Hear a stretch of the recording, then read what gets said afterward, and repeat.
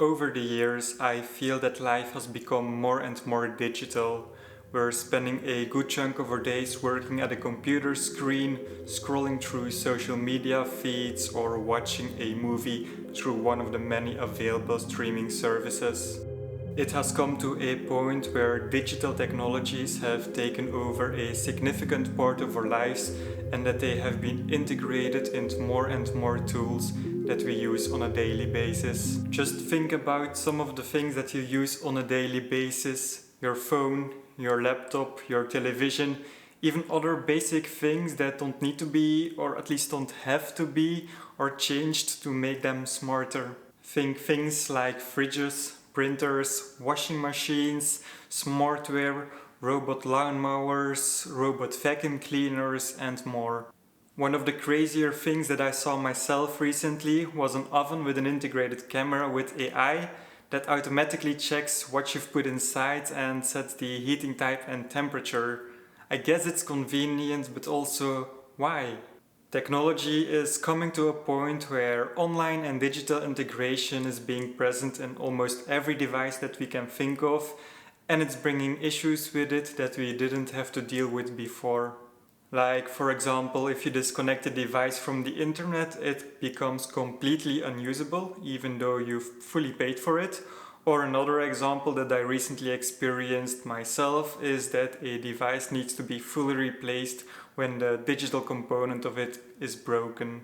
The mechanical core of the device may actually still be working perfectly fine, like a fridge can still cool, but because its smart screen is broken and the cost to repair the screen is so steep, it's often much cheaper to buy an entire new fridge rather than repair the screen, thus increasing the waste. For me, it raised the question if this is the way I want to go and if we aren't overcomplicating things that shouldn't be overcomplicated. It raised the question if this dependency on technology, and then mainly focusing on online technologies, is always good or even wanted. And looking at online technologies such as our phones, social media, and streaming or subscription services, it also raises the question about ownership. Do we even own our own data or the things that we are paying for? And because so much is online, what about information, entertainment, and advertisement overload?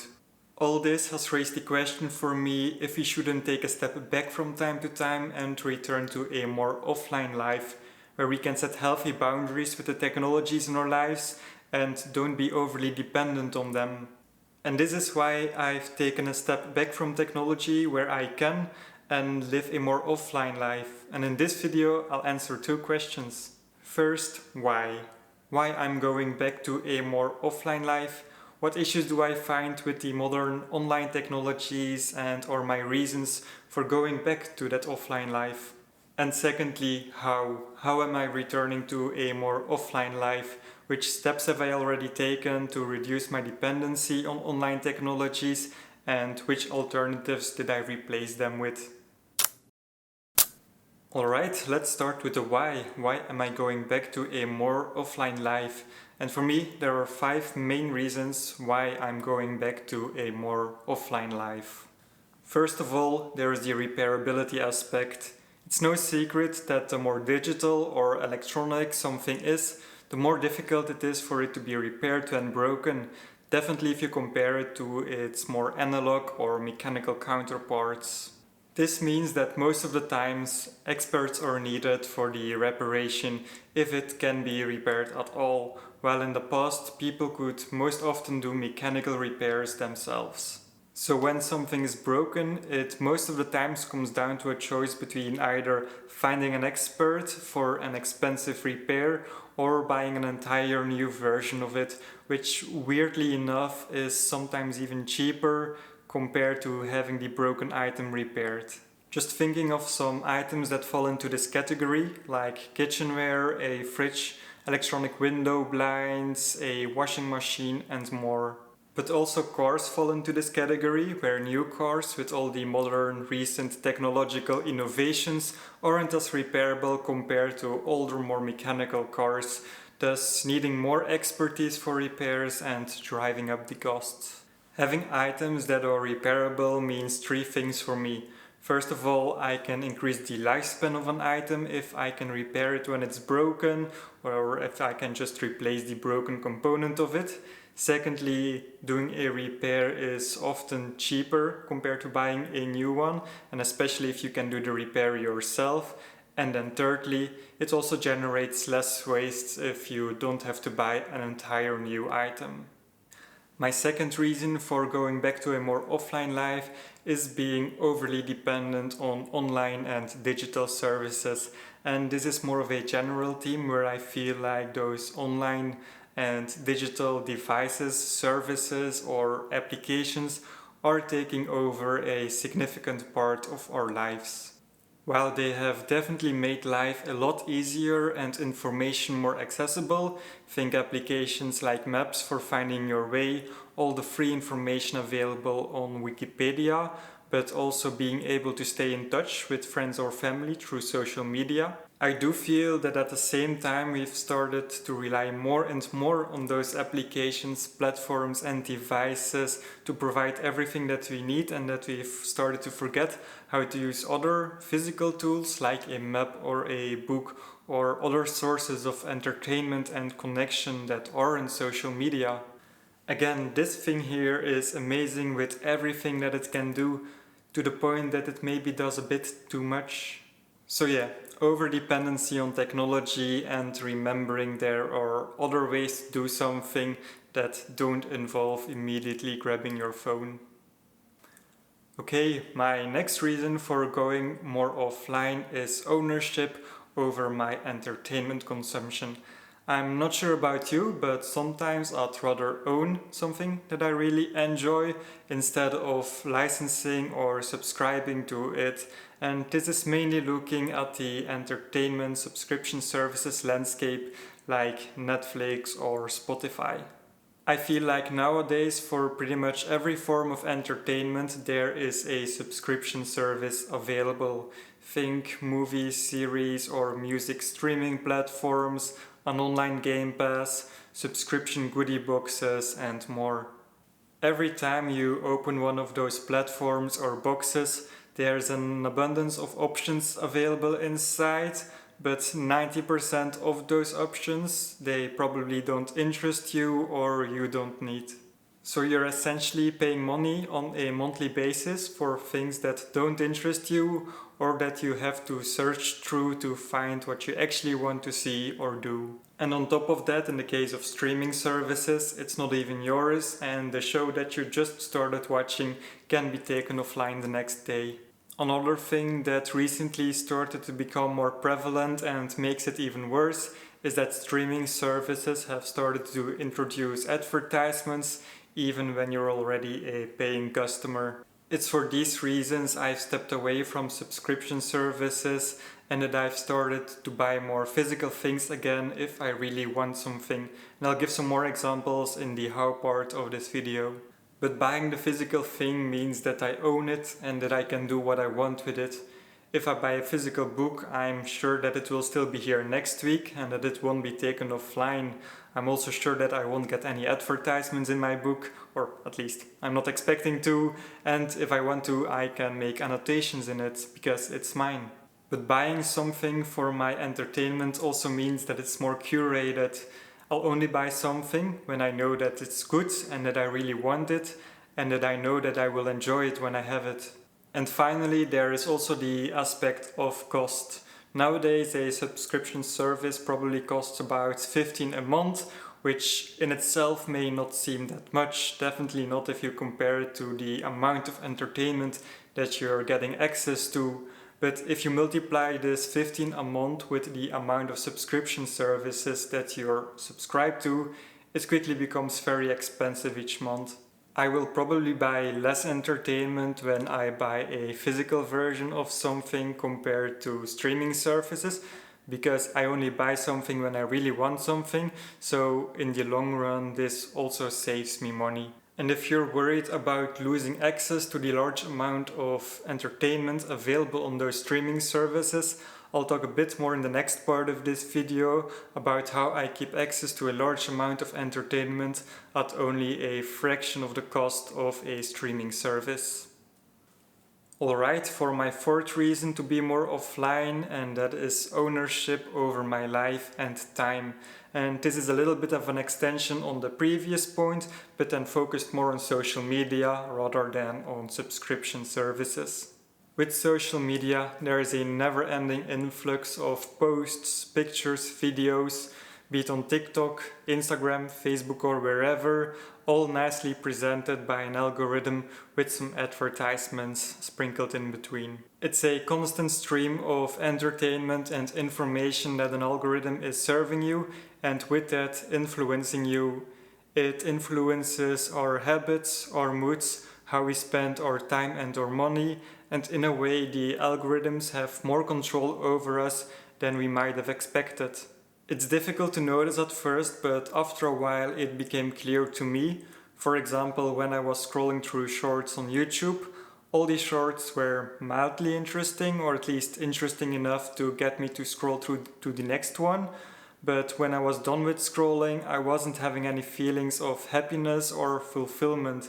And the same goes for Facebook or other social media. On top of that, I had a feeling of digital fatigue of all the information and advertises thrown at me, causing me to be more stressed, mentally restless and insecure. The algorithms are not designed to make you happy, they are designed to keep you on the platform as long as possible. Once I realized this, I've been changing how I approach social media, mainly reducing my time I spend on them, and also reducing the information overload, the influx of, let's be honest, very often very mediocre entertainment, and with that also being less influenced by the algorithms. And then finally, for my fifth reason to live a more offline life, and that is more human connection. I think this one is pretty self-explanatory, and it's one of the main benefits of spending less time on your phone or behind a television or computer screen. I'll talk more with the people around me, my girlfriend, friends, family, and I'll build better connections and relationships. To be honest, this is still a work in progress because screens are just everywhere, and there will, for example, still be moments that my girlfriend and I are watching something on television or both scrolling on our phones. But I definitely came to realize I appreciate those moments more and more where we are both present with each other rather than with a screen. And those are my 5 main reasons to return to an offline life. Okay, so now that you know why I'm going back to a more offline life, I also want to share some ways of how I'm doing that so that hopefully it can inspire you or give you some ideas. First, as a quick disclaimer, I'm by no means going fully offline. I still need my phone and my laptop for both my work and for this channel, but I'm actively trying to be more aware of it and looking for opportunities where I can reduce my dependency on online and digital tools. Now, for the first 2 areas where I have gone more offline, those are related to entertainment, and the first one I already talked a bit before in this video, and that is subscription services. I myself was subscribed to multiple services up until a year and a half ago. Things like Netflix for watching movies, YouTube Music for streaming music and more. Nowadays I have cancelled all the streaming services I was subscribed to. With Netflix, for example, I realized I was barely watching anything on the platform.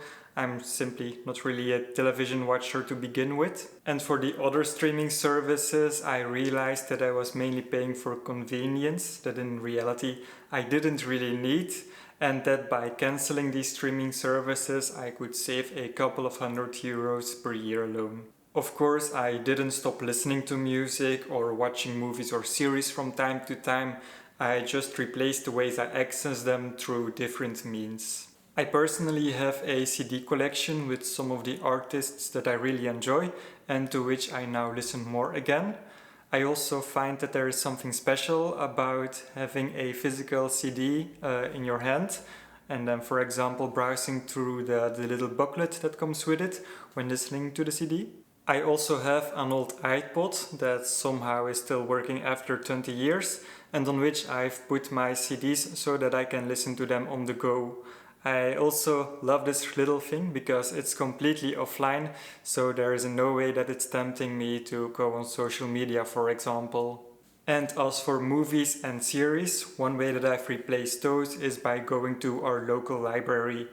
A subscription at our local library here costs about €5 for a whole year, which is significantly cheaper than paying for multiple streaming services each month. Besides the large collection of books, they also have a very large collection of CDs and DVDs, and I found the library to be a good replacement for streaming services. This is also the biggest tip that I can give you if you're looking to reduce your own subscription or streaming services yourself. In the library, I'll also be a little bit more picky with what I bring home with me. So the books, the CDs and the DVDs will again be a bit more curated to what I actually want to read, listen or watch. So yeah, the library, it's cheap, they have great collections, and it's actually one of the best ways that I found to go more offline again. So for the second area in entertainment where I've gone more offline, and that is gaming. I personally like to game, and in the past I used to be a really active gamer, ranging from strategy games to online multiplayer games.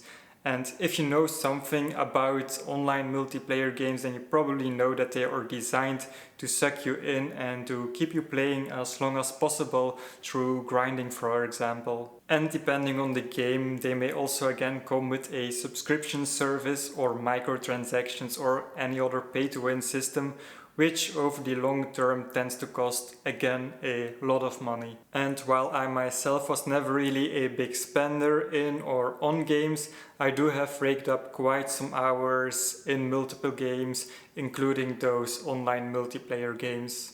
And it's also something that then I started to realize over the recent years, that while I enjoy those type of grindy or incremental games, the time investment in those games wasn't really always worth it in terms of what I got back out of it regarding satisfaction or enjoyment. So gradually over the past years I've reduced playing those online games and gaming as a whole, and replaced it more with other hobbies or activities and going more outside. I do still like to game from time to time, and when I do, I'll go check my game library backlog to see if there's any game there that I may have not played yet, and preferably I also pick a game that I can play at my own pace without any fear of falling behind. On a side note, my girlfriend and I also still have a older Wii U and Nintendo DS, on which we also like to play from time to time and buy a second-hand game for. I'm actually surprised with how long these machines last, same as my iPod actually, so they have been a great investment as for quality and longevity, and I think it also shows that you don't always need the most recent or technologically advanced gaming system or anything, that the old ones are actually often still doing fine. Alright, the next major area where I've gone more offline is my phone. As I said earlier, nowadays you can do pretty much everything on your phone.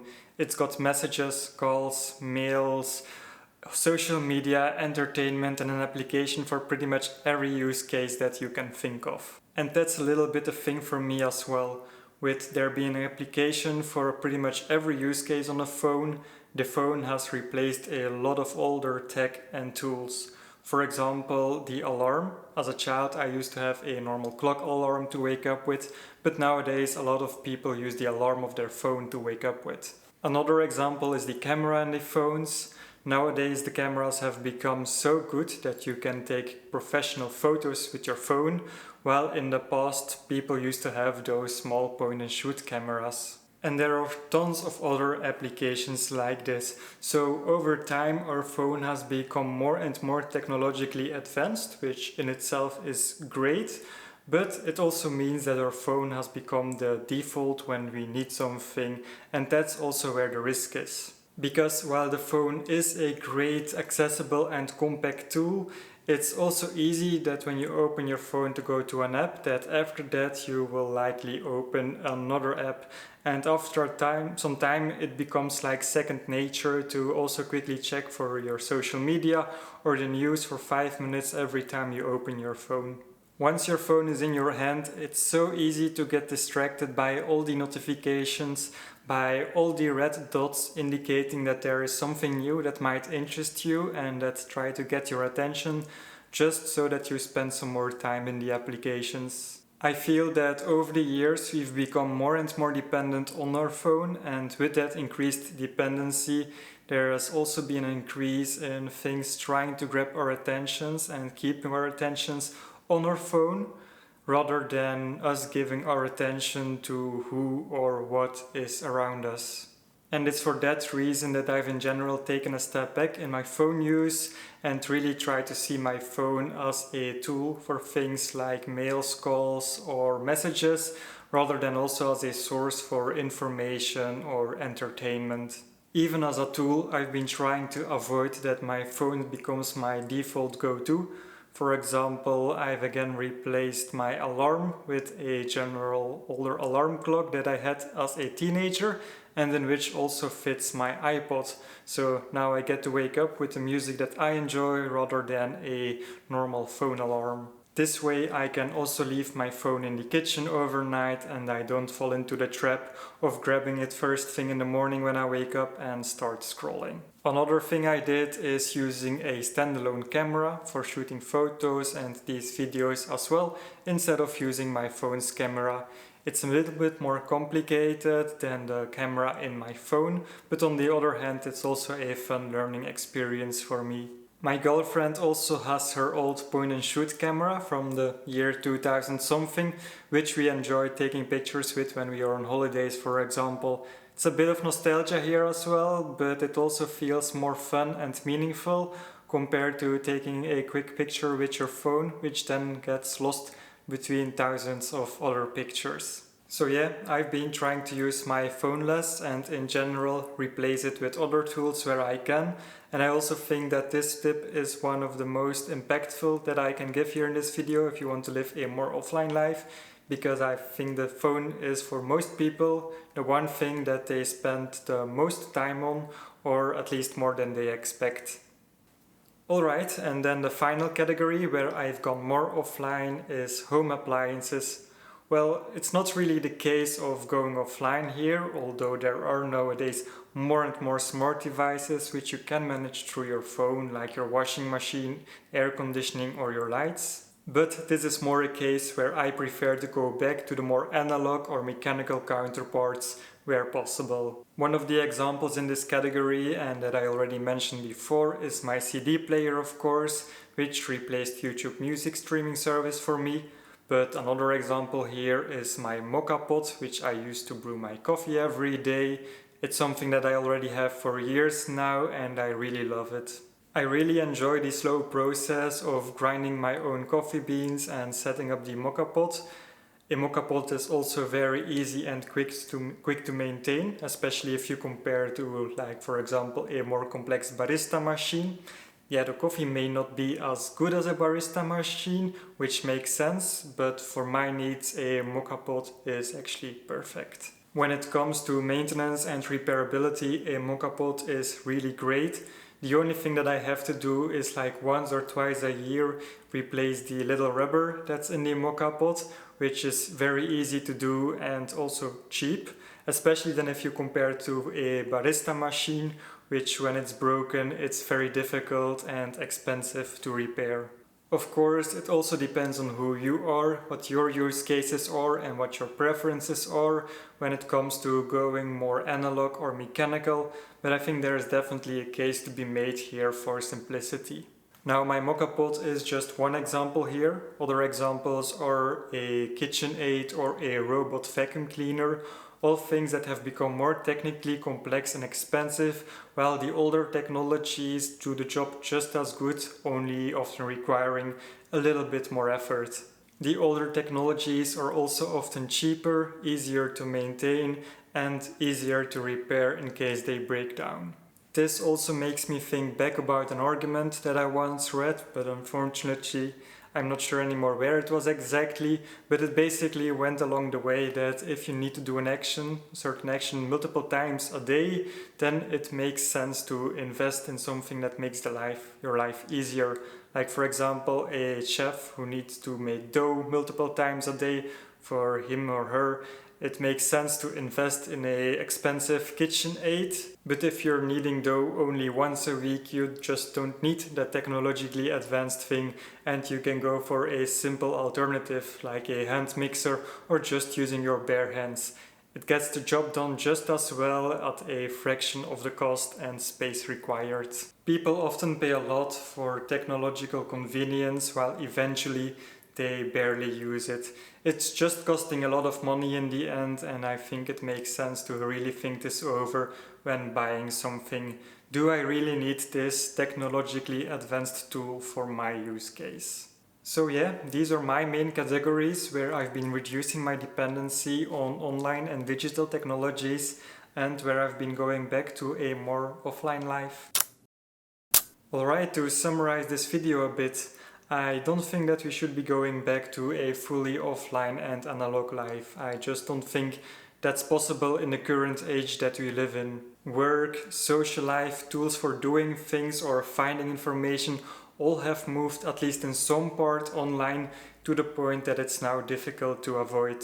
The digital and online age is something we are all in and that we all have to learn to live with. So the best thing that we can do is to be mindful about it and to be aware of our own digital consumption. It's very easy to spend a large part of your day online, be it on social media, entertainment services, or other applications that live on your phone or similar. And that's why disconnection from that digital space, being offline and going analog, becomes more and more important nowadays. I believe there is a conscious choice to make in how we approach this digital age and where we actively choose to remain more offline, be it for the case of repairability, cost, ownership, dependency, or more human connection. And I hope this video has provided you with an opportunity for reflection on your online and digital life and the benefits of going back to a more offline life where it makes sense. I'm also eager to hear from you if you are planning to go back to a more offline life, and if so, how you are planning to do it. I think it would be great if we can share our ideas and help each other this way, so let us know in the comment section on how you are doing it and what your ideas are, and I think it would bring for a great discussion. If you enjoyed this video, feel free to leave a like and subscribe to the channel. It also helps with bringing this video to other people who may find value in it. Which, yes, is a bit of a weird thing to say in a video about going more offline and algorithms and such, but I also hope that this video can be a positive change for people. So with that said, thank you for watching, and I see you soon again.